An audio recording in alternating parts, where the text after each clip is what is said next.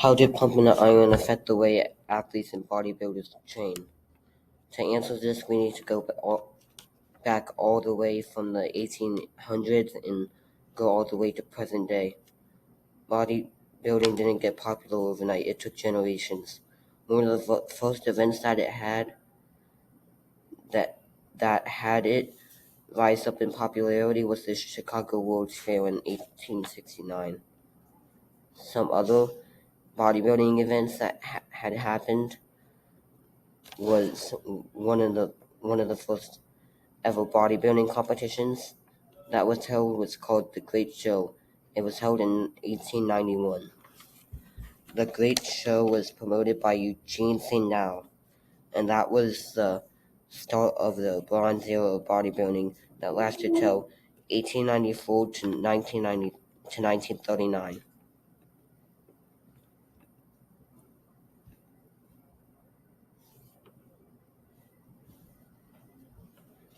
Some famous bodybuilders in that time were Eugene St.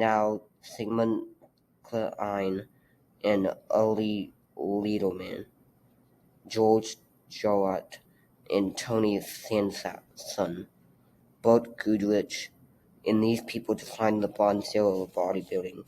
Now we move into the Golden Era of bodybuilding with people like Franco Columbu, Arnold Schwarzenegger, and Sing Sing, Mike Menzel, Tom Platz. This is the time period that we will be talking about the most. On January 18th, 1977, that's the date that Pumpin' Iron released. Before the film was released, Arnold Schwarzenegger started his acting career in 1970. Bodybuilding as a sport was already established with annual events such as the Mr. Universe and the biggest tournament of them all, Mr. Olympia.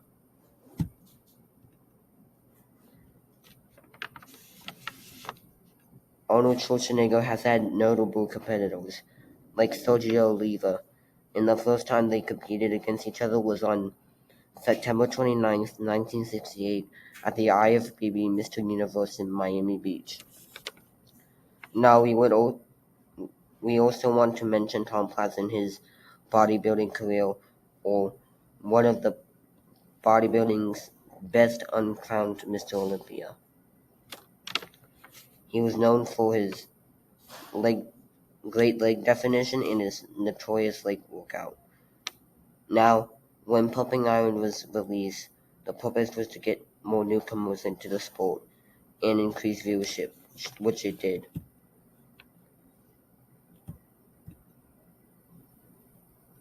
Now, onto the training methods. In the Golden Era, they used a lot of high volume.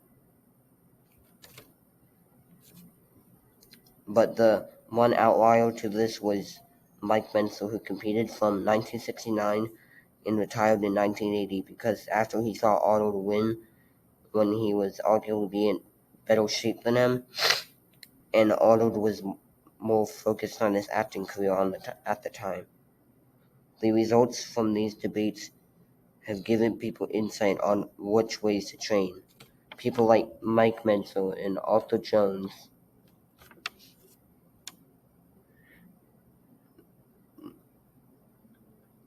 who are pioneers of high-intensity training, say that one set is all you need.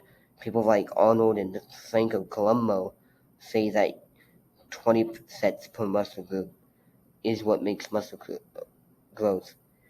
In conclusion, Pumping Iron was a major turning point in bodybuilding history. It also ignited debates on training philosophies, from either having a high-volume routine or a HIIT routine.